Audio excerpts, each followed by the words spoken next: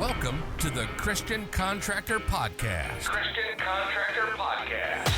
A show created for kingdom-driven Christian contractors that are focused on scaling their business in God's name while positively impacting the world around them. If you're ready to ascend from a contractor to a purpose-driven business owner, we're here to serve you. Here's your host, Brandon Guthrie. 3 tips to win in marketing as a residential contractor with TJ Murphy. What's up? I'm Brandon Guthrie with Dream Design Labs here on the Christian Contractor Podcast, where our mission is to help Christian contractors turn their business into their ministry and scale it in the name of God with biblical principles and righteous marketing so that they can be a light in the darkness. Marketing doesn't have to be hard. You just need the right tools and the right heart to serve. Thanks for tuning in. I'm super excited to have with me TJ Murphy of Hite Digital, Bend, Oregon with me today. TJ, welcome, and thank you for being here, my man. Dude, Brandon, thanks for having me, man. Excited to shine some light. Let's do this. Yes. Last I remember us being face-to-face was Costa Rica. Dude. Man, what a time we had. It was so awesome. Ooh, man, that was legit. We had an awesome conference that Hite Digital put on. The Commitment Summit, man, amazing speakers, Damon John, Kevin Harrington, we have Willie Robertson, Jesse Itzler, man, we were taking ice baths with Jesse Itzler, like what? Dude, it was insane. And we'll be heading back there in a few months. That's right, dude, already booked, just count down the days, right? Definitely, man, definitely. Dude, sweet. Well, Before we jump into the golden nuggets for our listeners, for our viewers, because they're chomping at the bit. They're like, what are the 3 tips? I want to know. But before we jump into that, I want to get a little background of who you are, TJ. Why should we be listening to you? Tell us a little background on yourself, and go from there.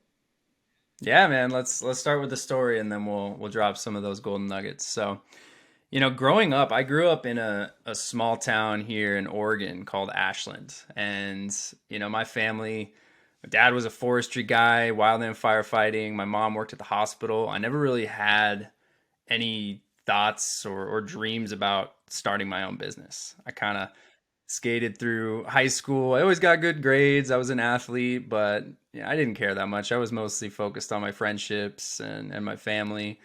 And, just kind of followed in the guidance of my parents. They wanted me to go off to college. I went off to college. And, again, still had no aspirations of starting a marketing agency or anything like that. I got a business degree and, again, just kind of did the bare minimum. I wasn't a high achiever at that point in my life. And, still did fine, but, held me back in some ways. So it wasn't until I graduated that I kind of started down this path of becoming an entrepreneur. And my girlfriend at the time, she moved down to the Bay Area, down to Berkeley, California, to work at a startup. She got a job offer. It was awesome. She was really excited about it. She moved down there, and I decided I was going to follow her down once I finished up school because I was one term behind her. So I did that, and my aspiration at the time was to become a marketing consultant. I wanted to work for one of these big marketing consulting firms down in the city and start a career that would ultimately set us up for a life of success and wealth and all that good stuff. But come to find out, what you learn in business school, especially when it comes to applicable marketing skills, a little bit behind the times. Ooh. So, I'm going into interviews, I'm going in, dropping off resumes to all these places, and it was crickets, man. It was crickets in the beginning. So I struggled through that for a few months. I was pouring beers at a tap house, meanwhile, to pay the bills, and ultimately caught a break working for a big property management company. So I didn't get the consulting job I was going for, but I took it.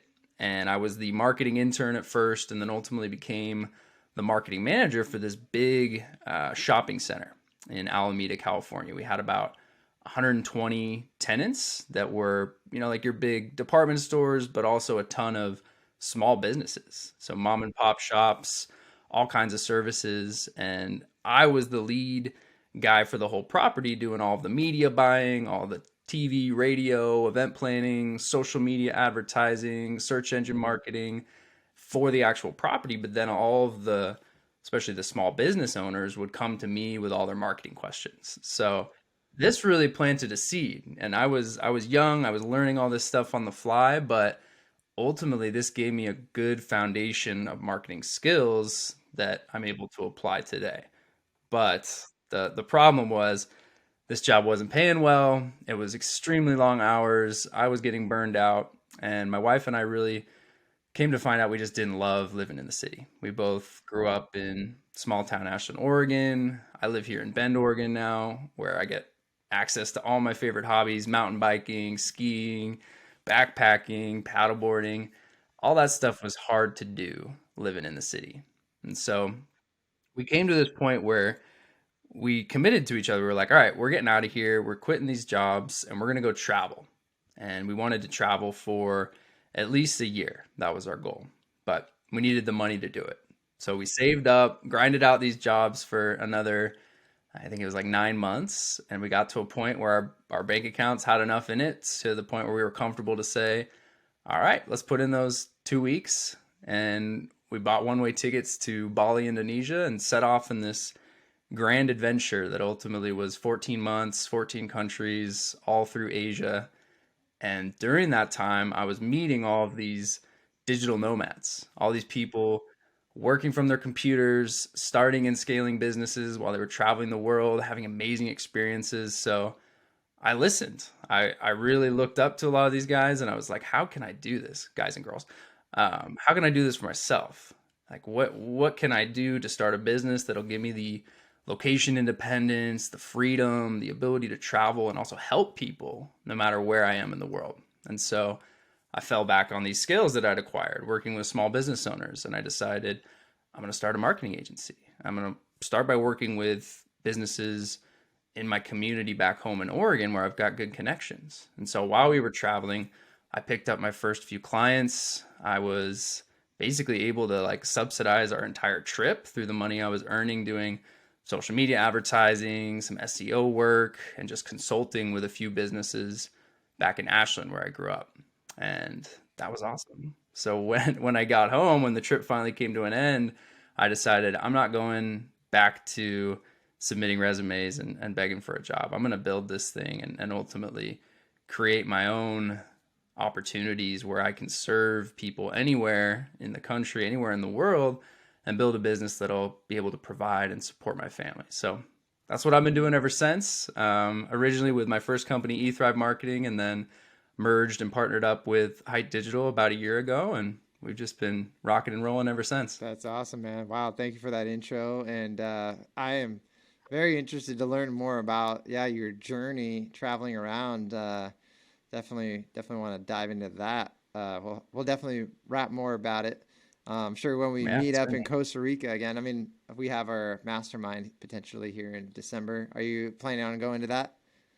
Yeah, dude. I think we'll be linking up in Dallas here in a month or so. It's gonna be fun. We have some accountability that we're gonna have to check on. Remember that conversation? Yeah, we have some things to check on. Yeah. That podcast was one of them, so that one's checked off the list. But the other is just showing up to this mastermind. So nice, dude. Got to follow through, man. Awesome. Okay, so for our contractors listening in right now, let's get some gold nuggets. They're chomping at the bit. They're listening. They're in this community.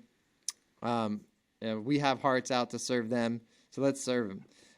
Let's give them some gold nuggets, some aha moments, some perspective shifts. That's what this is all about.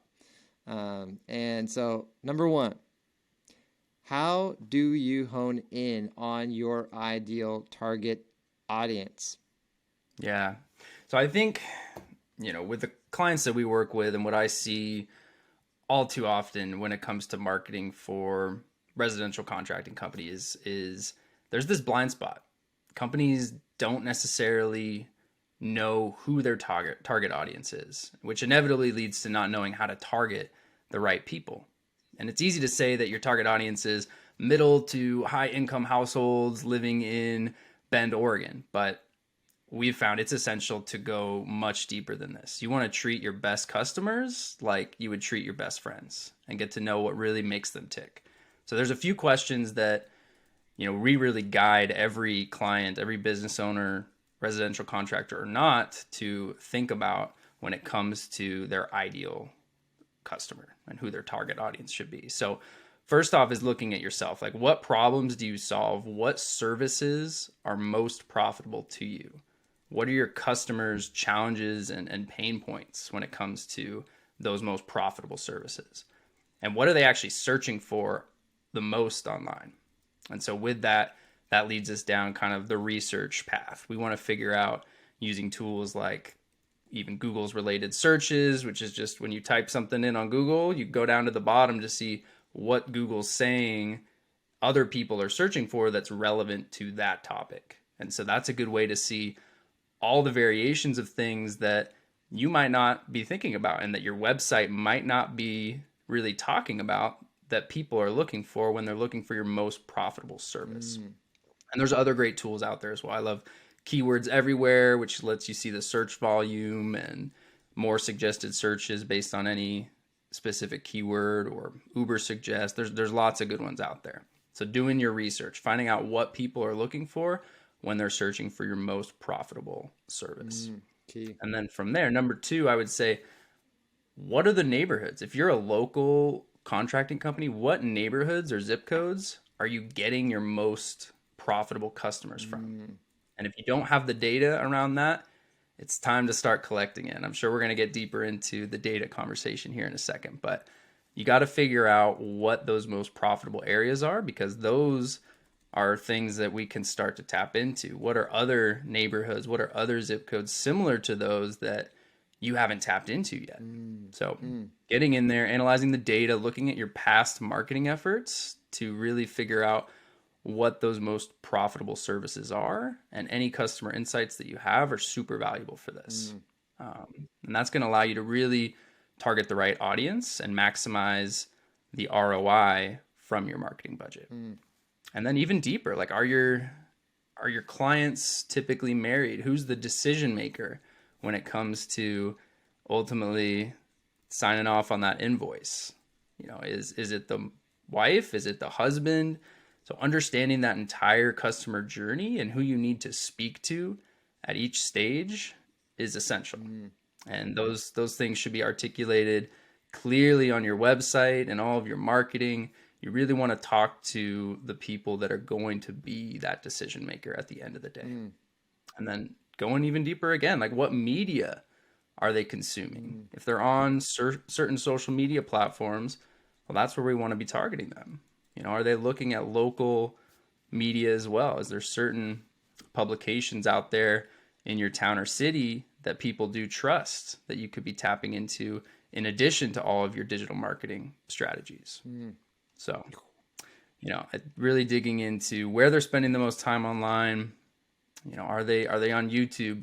Are they using YouTube videos? Can we be doing some retargeting on YouTube and other things like that to stay top of mind and get in front of these people? And when you can really pinpoint the answers to these questions, you eliminate the guesswork from your marketing strategy. Right. And that's where you're going to see the best return on those dollars that you're putting into all of your marketing, investing with your marketing agency, whatever the case may be. Dude, that's awesome. I'm sure a lot of contractors listening in right now are feeling a little bit guilty because they're not locked in on making sure to be marketing their most profitable service, the service that they personally, right? We're all different. We're all different humans. We're all like a thumbprint. We're all different. We're all unique. Like, what are we best at doing? What are we most profitable? What do we like doing the most? Are we marketing that service more than other services? And looking up, I love that tip on Google related searches. Lots of Chrome extensions and tools out there to search